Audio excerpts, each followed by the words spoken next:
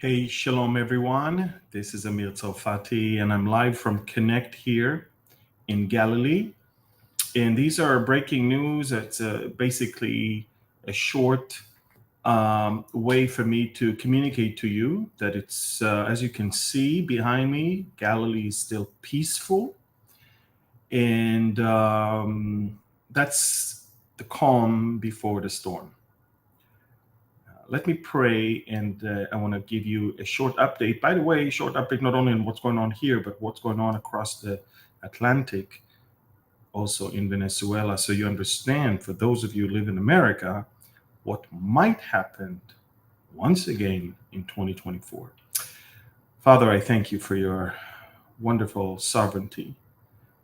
Every time that things unfold in this world, we are once again amazed at how accurate your word is and how gracious you are to want us to know the end from the beginning and from ancient times, things that are not yet done. And as you said in Isaiah, saying, my will will stand and I will do all my pleasure. So I thank you for that. In the name of the Messiah, Yeshua. Amen. So again, shalom everyone. It's Amir Tsarfati. I'm back in Israel. I'm back in the office. I was able to sleep just a few hours. Behind me, as you can see, is peaceful Galilee. The sun is rising. It's 6:40 a.m. and following the massacre that took place, which I will elaborate on tomorrow in my Mideast update, which you do not want to miss. Following the massacre with the Iranian-made, Hezbollah-owned Falak 1 rocket that hit and killed instantly 12 kids and teenagers. Following that, Prime Minister cut short his visit, flew back home, his visit to the U.S. He flew back home a few hours earlier than expected or than scheduled. He convened immediately a meeting with all the heads of the security branches. Following that, last night was a cabinet meeting in which they authorized the prime minister and the defense minister to operate according to what is needed. But a whole array of targets, a basket of targets, was approved last night. And as you can see, nothing has been hit yet. And the reason is very simple. And I think I said that in my earlier breaking news from a couple days ago. When you are on the verge of an all-out war that is going to burn the Middle East, and we know that once we strike hard in Lebanon, it will, of course, awaken the pro-Iranian militias in Iraq and Syria, as well as the Yemenites, Houthis, as well as maybe Iran itself. And as of yesterday, even Erdogan, the Sultan, said that if in the past Turkey was able to invade into Nagorno-Karabakh between Armenia and Azerbaijan, and if Turkey was able to invade into Libya, Turkey can also do that with Israel. First time NATO member is publicly threatening invasion into Israel. And that's Erdogan. Now, none of us Bible prophecy followers are surprised. We know exactly that at the very end, Russia, Turkey, and Iran will align and come together and invade Israel from the north. This is biblical, but the change in rhetorics and the fact that it's now on the table even, it's quite phenomenal. But I want you to know that because the situation is so explosive, the Israeli military must operate very smartly, which means you don't just go out and bomb. You have to calculate your steps, and you have to bomb at the right time where the enemy is least prepared. The element of surprise is almost gone because now we're dragged into this. We need to retaliate. But if you retaliate within the first 48 hours, everybody's expecting you to. And all of the headquarters of Hezbollah are no longer manned above the ground. So you won't even hurt anyone. Israel is now preparing. It might happen today. It surely will happen in the very, next day or two, because in the Middle East, if you don't do it fast enough, then your deterrence is very badly hurt, and it invites more problems, more threats, and more enemies to come out of their holes. So we're awaiting something very, very big in the next day or two, but we will choose the time that is the best for us. You also have to know that if we decide to go after Hezbollah and suffer the retaliation thereof, we need to prepare the home front. We need to prepare the civilians. We need to make sure everyone is ready to spend a few days also without electricity, without running water.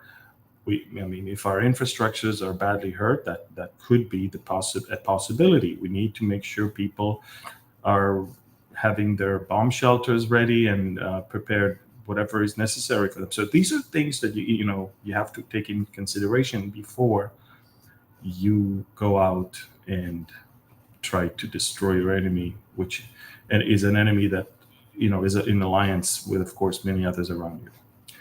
But I want also to divert your attention to what's going on right now in Venezuela, and especially I'm talking to you Americans.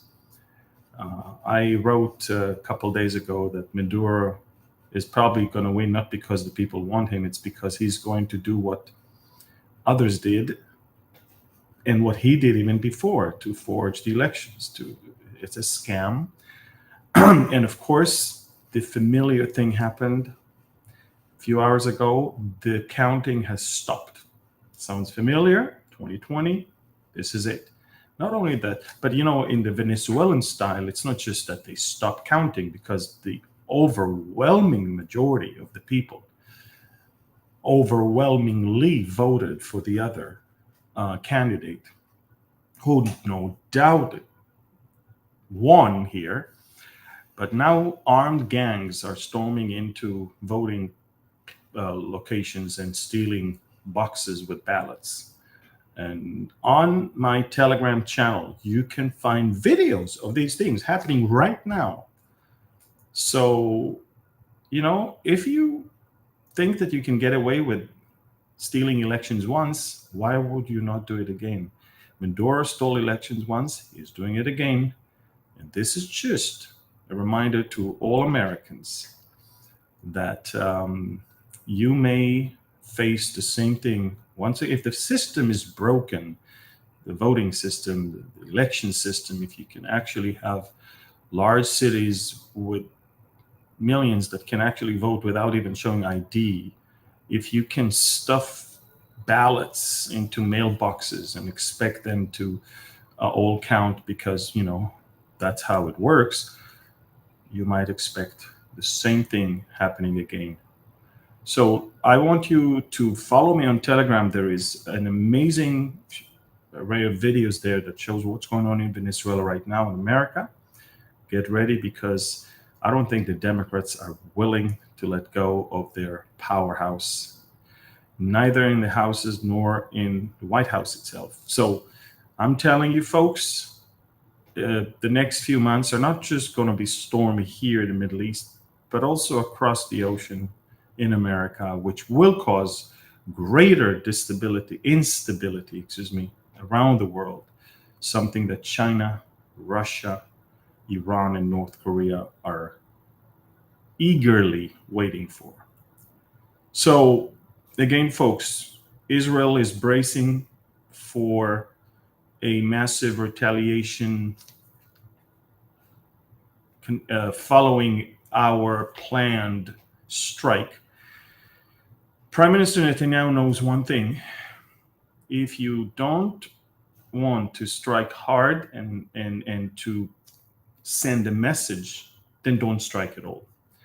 I think that I don't know if you know, but in April, when Iran sent hundreds of rockets, drones, and cruise missiles towards Israel, I don't know if you know that, but the prime minister wanted to strike immediately in Iran, and it is the US president that held his hands behind his back. He would not allow us to do it. And as a result, of course, the war is taking longer and Iran is getting bolder. And I think that learning the lesson from that, Netanyahu understands that if he's not going to teach Hezbollah a lesson, things will only going to get worse in the north. And not only in the north, all over Israel. We're almost 10 months into this war. This is a small country that is not designed for such long wars, when most of our soldiers are reserve soldiers that have businesses and families here. The economy is affected, the people, the health, everything is affected. Now, we're still strong, but everybody wants the war to end eventually, but not to end in a place where your deterrence is completely down the drains. So we are waiting for the right moment to strike decisively in the depth of Lebanon. Tomorrow in the Mideast update, I will explain to you where are the strongholds of Hezbollah in Lebanon, so you can understand where is that we are expected to strike. But again, the thing is this, folks. Iran threatened to join. Turkey is threatening to invade. And of course, the Houthis and the pro-Iranian militias in Syria and Iraq are also in the whole thing. Thankfully, in Gaza, things are going well. We are really crushing Hamas more and more and more. We are closing on them. The ring is getting tighter.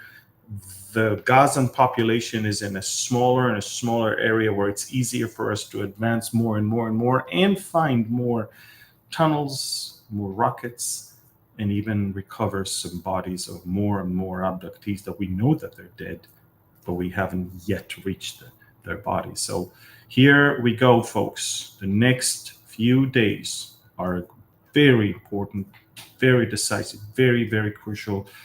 The Middle East is sitting on a barrel of explosive, basically. All it takes is one match. I think that what Hezbollah did with the miscalculation of the trajectory of the rocket and eventually that falling on the Druze village and killing 12 kids and teenagers, that, of course, could be a game changer that will finally make the Israeli government do what is long due, and that is taking care of business in the north so we can bring over 80,000 Israelis back home and we can create a much safer environment for people in the north to live under. Good. So listen, again, keep your eyes on Venezuela, because again, that could be just the appetizer or just a picture of what America in 2024 in November will go through. If you think it's impossible, just remind yourself, where were you in 2020 when in the middle of the night, the counting stopped, and for hours, people behind the scenes were fixing numbers in order to once again show them live, and everywhere things had to be fixed, they were fixed. So this is what's going on right now in Venezuela. Maduro has lost big time. He's fixing things right now, violently with gangs, and he stopped counting so he can do whatever he needs to do to manipulate the results. Everybody knows he lost. The people knows he lost. All around the world, everybody knows he lost. He will not accept it. That's the nature of communism. Once they take power, they will not let go until there is a major bloodshed. So again, I pray that Americans will not allow that to happen again. Here in Israel, we're bracing for some stormy days ahead. Tomorrow, there will be a Mideast update where I will give you much more. I'm talking about Tuesday morning America time, Tuesday evening Middle East time. So until then, thank you. God bless you. Shalom. And please share this video right now with as many people as you can. Thank you. I love you.